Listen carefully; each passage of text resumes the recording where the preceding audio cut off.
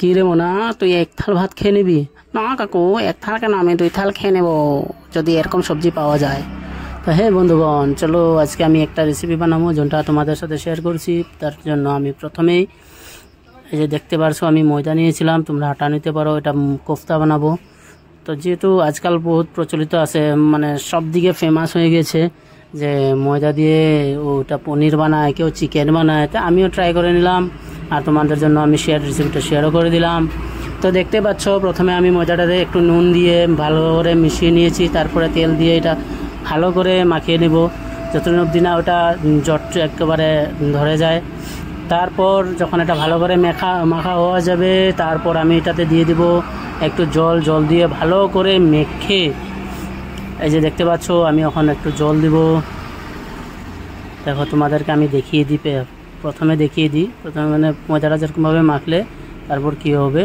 তো ময়দাটা যেহেতু মানে একেবারে হাতে বান্ধা হয়ে যাবে, তারপরে যখন এই ময়দাটা একটু লালচি হয়ে আসবে, তারপরে এখানে দেওয়া হবে জল দিয়ে এটা জল মেখে নেব আমরা ভালো করে মেখে নিয়ে, তারপর এটাকে এই যে দেখতে পাচ্ছ কিরকম হয়ে গেছে। এই যে এখন এটাকে একটা ঢাকনা দিয়ে ঢেকে আধা ঘন্টার জন্য থুয়ে দেবো। এটা আধা ঘন্টার জন্য পুরাপুরি রেখে দিলাম। তারপরে যে বের করে এটাকে জল দিয়ে ধুয়ে নেব ভালো করে, যত টাইম অবধি না এই সাদাগুলো শেষ হয় তত টাইম অবধি ধুতে হবে ভালো করে, 4-5 বার করে ধুতে হবে। তারপরে ধোয়া শেষ হলে তোমরা যেটা পাবে এটাই মানে অরিজিনাল কোফতা বানানোর জন্য রেডি। ওটা তোমরা 2 তারিখেও মানে 2টা সিস্টেমে বানাতে পারবে যদি চাও আর কি। তো আমি এই দেখো ধোয়া মোটামুটি হয়ে গেছে। তোমরা যদি চাও এই ময়দাটাকে বের করে ওটাতে বেসন মেখে ডাইরেক্ট বানিয়ে নিতে পারবে বড়া সিস্টেম। আর না তো আমি অন্য টাইপে বানিয়েছিলাম, আমি এটা গামছায় দিয়ে অল্প টাইমের জন্য রেখে দিয়েছিলাম। তো তোমরা দেখতে পাচ্ছ এরকম করে ভালো করে একদম যে ছানাটা মাখা হয় সেম সিস্টেমে ছানার পনিরের বোতন, এটা সুন্দর বোতন রেখে দিতে হবে। রেখে দিলে ভিতরেটা একদম জোড়া লেগে যাবে, একদম জয়েন হয়ে যাবে।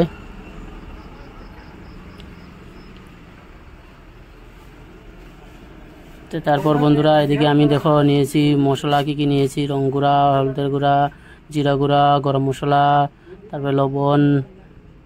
এদিকে আমি সবজিতে নিয়েছি টমেটো আর পেঁয়াজ কুচি, আর এদিকে আলু 2 টুকরো কেটে। তো প্রথমে আমি এদিকে আদা রসুনের বাটা। তো প্রথমে আমি ওই যে ময়দাটা যেটা বের করেছিলাম, এই যে দেখো এটা এরকম হয়ে গেছে। তো এটা তোমরা ডাইরেক্ট বানিয়ে নিতে পারো, যদি বেসন দিয়ে মিলিয়ে বড়া বানিয়ে নিতে পারো, কিন্তু আমি এরকম করব না। আমি এটাতে একটু লেবু চেপে দেব, লেবুটা চেপে দিয়ে তারপরে গ্যাসটা জ্বালিয়ে নিয়ে ওটাতে একটা পাত্রতে একটু জল রেখে ওটাতে আমি ওই বাটিটা যেটা ছিল ময়দার বাটিটা ওটা আমি বসিয়ে ওটা অল্প টাইমের জন্য 10 মিনিট 15 মিনিট বয়েল করে নেব। তো একবার দেখতে পারছো এদিকে বসিয়ে দিয়েছি, এদিকে বয়েল করার পরে দেখতে পারছো এখন কিরকম হয়ে গেছে। তো যা হোক যত সুন্দর হয়েছে এখন, তারপর ওটা বার করে আমি এরকম বড়া করে নেব, বড়া করে নিয়ে সাইজের করে নিয়ে তারপর এদিকে আবার এটা পকোড়ির জন্য ভেজে নেব একটু। যদি এরকম ভেজে না নাও তো এটা স্বাদটা আসবে না, তার জন্য নিতে হবে। আর এদিকে যখন এটা বানিয়ে হয়ে গেছে, আমি এদিকে একটু বেসনের মধ্যে রং গুঁড়া আর একটু মরিচের গুঁড়া দিয়ে ওটা ভালো করে মিশিয়ে নিয়ে ওটাতে ওই বড়িগুলো দিয়ে তারপরে মাখিয়ে নেব। আর এদিকে কড়াইতে তেল বসিয়ে দিয়েছি, তেলটা গরম হতে এদিকে আমি ময়দাটা মেখে নিই, বেসনটা মেখে নিই। বেসনটার সাথে ওই ময়দার যেগুলো আমি বানিয়েছি বলগুলো কোফতাগুলো দিয়ে দেবো। কোফতাগুলো দেওয়ার পরে ওটা ভালো করে মিশ্রণ করে, এই যে দেখতে পাচ্ছ আমি কোফতাগুলো দিয়ে দিছি। কোফতাগুলো ভালো করে এখন মিশ্রণ করে নেব। মিশ্রণ করার পরে এটা তেলে ছেড়ে দেব। এদিকে তেলও গরম হয়ে গেছে, তো তেলের মধ্যে এখন আমরা দিয়ে দেবো এই তো দিচ্ছি, এটা ভালো করে ভেজে নেব। তো বন্ধুরা তোমরা ওটা চাইলে ঘরে ট্রাই করতে পারো, বাট তোমরা ময়দার জায়গায় আটা নিলে একটু বেশি হয়। আমার একটু ভুল হয়ে গেছে, ময়দাটা যেহেতু কষ্ট বেশি, তো মানে আটাটা নিলে ওটা ভালো হয় বেশি। তো এদিকে দেখতে পারো ভাজি হচ্ছে, একটু লালচা করে ভেজতে হবে, একটু বেশি ভেজে নিতে হবে, না হলে মানে ভিতরে ময়দাটা কাঁচা থেকে যেতে পারবে। কোফতাগুলো যাতে কাঁচা থাকে না যায় তার জন্য ভালো করে ভেজে নিতে হবে। তো এই তো আমার ভাজা হয়ে গেছে। তারপর আমি ওই কড়াইতে আলুগুলো একটু ভেজে নেব। আলুগুলো একটু ভেজে নিলে মানে তাড়াতাড়ি হয়ে যাবে, কারণ ওটা পেঁয়াজ দিয়ে বানাবো তো আলুগুলো একটু আগে ভেজে নেওয়া দরকার। তো আলুগুলো আমি এখন ভেজে নিয়েছি, তো দেখতে পাচ্ছ আলুগুলো ভেজে নিয়েছি। আর তোমরা যদি চাও আলুটা স্কিপ করতে পারো, ডাইরেক্ট পেঁয়াজ দিয়ে টমেটো দিয়ে ডাইরেক্ট বানাতে পারবা, কিন্তু আলুটা দিলে একটু টেস্টটা বেশি হবে, তাই আমি আলুটা দিয়েছি। তো দেখতে পাচ্ছ আলুটাও আমার আধা আধা হাফ ফ্রাই হয়ে গেছে। তা আলুগুলো এখন বের করে ওটাতে আমি পেঁয়াজ দিয়ে দিব, ওই তেলের মধ্যেই আমি পেঁয়াজটা ছেড়ে দেব। পেঁয়াজটা একটু ভেজে নেব। তো আমি যেহেতু পেঁয়াজগুলো দিয়েছিলাম, তো আমি গোটা গরম মশলাটা দিতে ভুলে গিয়েছিলাম, তো তারপরে আমি গোটা গরম মশলাটা দিয়ে দিব পেঁয়াজগুলো দেওয়ার পরে। গোটা গরম মশলাটা অ্যাকচুয়ালি আগে দিতে হচ্ছিলো, কিন্তু কোনো প্রবলেম নেই, এটা আরামসে দেওয়া যাবে।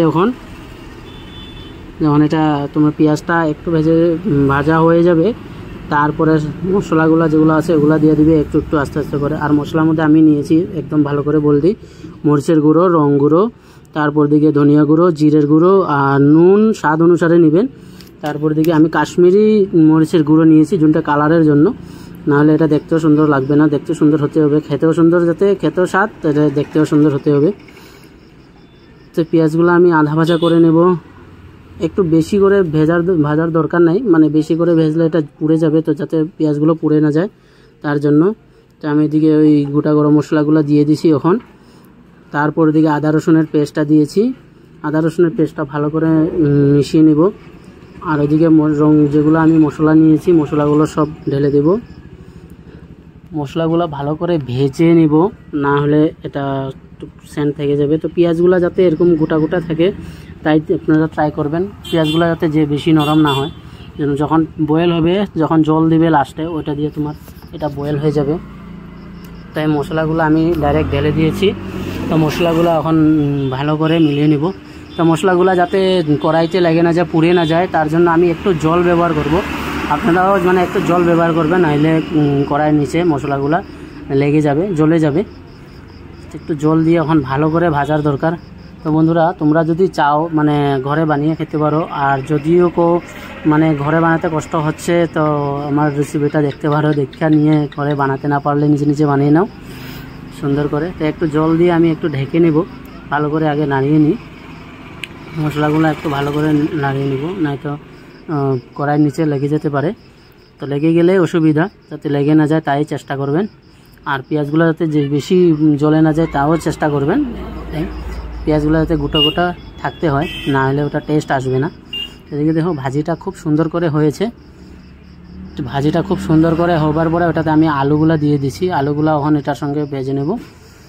আলুগুলাও মোটামুটি 2-3 মিনিট ভাজার পরে তারপরে আমি ওই যে বড়িগুলো বানিয়েছিলাম কোফতাগুলো দিয়ে দিব। কোফতাগুলো দিয়েও এটা ভালো করে ফ্রাই করব। তো আপনারা আগে দেখতে পাবেন কোফতাগুলো আমি দেবো, যে বেশি টাইমের জন্য রাখবো না, কারণ আমি এখন কোফতাগুলো দিয়ে দেবো। আমি টমেটো কুচিটা দিয়ে দিয়েছি মিডিলে।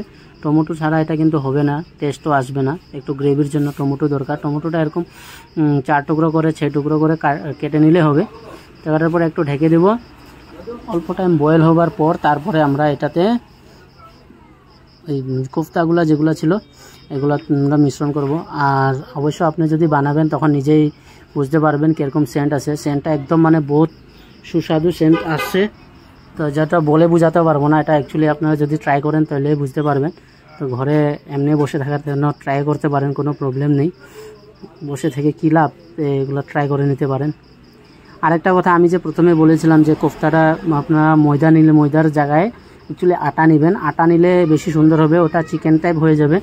যেহেতু চিকেনটা আমি এখানে ইউজ করতে পারবো না, মানে আমাদের বাড়িতে চলে না, ইয়েতে চলে না, আমরা এই নিরামিষ সিস্টেমে বানাবো, কিন্তু পেঁয়াজ দিয়েছি। যেটা কোফতাটা অ্যাকচুয়ালি টেস্টও বহুত বেশি হয়। আপনারা যদি পারেন যে যেরকম ভাজাতেই খেয়ে নিতে পারবেন, ভেজে খেয়ে নিতে পারবেন। তারপরে আমি এই কোফতাগুলো দিয়ে ভালো করে লাড়িয়ে একটু জল দিয়ে ঢেকে নেব। বন্ধুরা, আমি যেগুলা রেসিপি দিই রেসিপিগুলো আমি ঘরে বানাই, কারণ আমরা দেশি স্টাইল, আমাদের তো দেশি কড়াই, যেগুলো কড়াই ছিল একটু ভান্ডা বাসন হতে পারে, একটু মানে দেশি যেটা ইউজ হয় ওইটাই আমরা ইউজ করি। তো আপনারা যেহেতু সাপোর্ট করবেন, তাই আস্তে আস্তে নতুন জিনিস ভরাবো। তারপর থেকে আমি আপনাদেরকে নতুন নতুন রেসিপি ডেলি শেয়ার করতে পারবো। আর আমি ডেলি ভিডিও দিতে পারি না, কারণ আমি অ্যাকচুয়ালি দোকানে বসি, আমার দোকান আছে, তো ওটার থেকে আমার টাইম মিলে না, তাই আমি দোকানে বসতে একটু দেরি হয়ে যায়। তার জন্য আমি এরকম মানে 2-1 দিন দেরি হয়ে যায় আমার রেসিপি দিতে। আমি সানডে ছাড়া আর মানে টাইমটা পাই না। হ্যাঁ বন্ধুগণ, তোমরা যদি সবসময় সাপোর্ট করো, সবসময় সাথে থাকো আর ভিডিওটা পুরো দেখবা। পুরো না দেখলে অবশ্যই এটা স্কিপ করে দিলে কিন্তু এটা শিখতে পারবা না, আর রেসিপিটা জানাতেও পারবা না, জানতেও পারবা না। পরে আধা কাঁচা বানিয়ে নেবে, পরে টেস্ট হবে না বলে পরে আমাকে গাল দেবে। তো গালাগাল দেওয়ার আগে পুরাটা দেখে নিও ভিডিও, আমি কীরকম করে বানাচ্ছি কীরকম। তোমরা চাইলে এখন এটা বয়েল হওয়ার পরে লাস্টে ধনিয়াও এড করতে পারো, কিন্তু আমি ধনিয়াটা আমার এখন বর্তমান তো আনসিজন, তাই ধনিয়াটা নেই। আর আমি রাত্রে বানাচ্ছি, তার মানে আমি ধরা হয় নাই। এই যে আমি বের করে নিলাম, দেখতে পারেন। এই সবজি দিয়ে আপনি 1 থাল কেন 2 থালও ভাত খেতে পারবে। গরম গরম ভাত আরামসে নিয়ে বসে যান আর খেতে থাকুন। তো সবসময় পাশে থাকবেন আর সাপোর্ট করবেন, আর সাপোর্ট করার জন্য আপনাদেরকে ধন্যবাদ জানাবো। তো ভিডিওটা যদি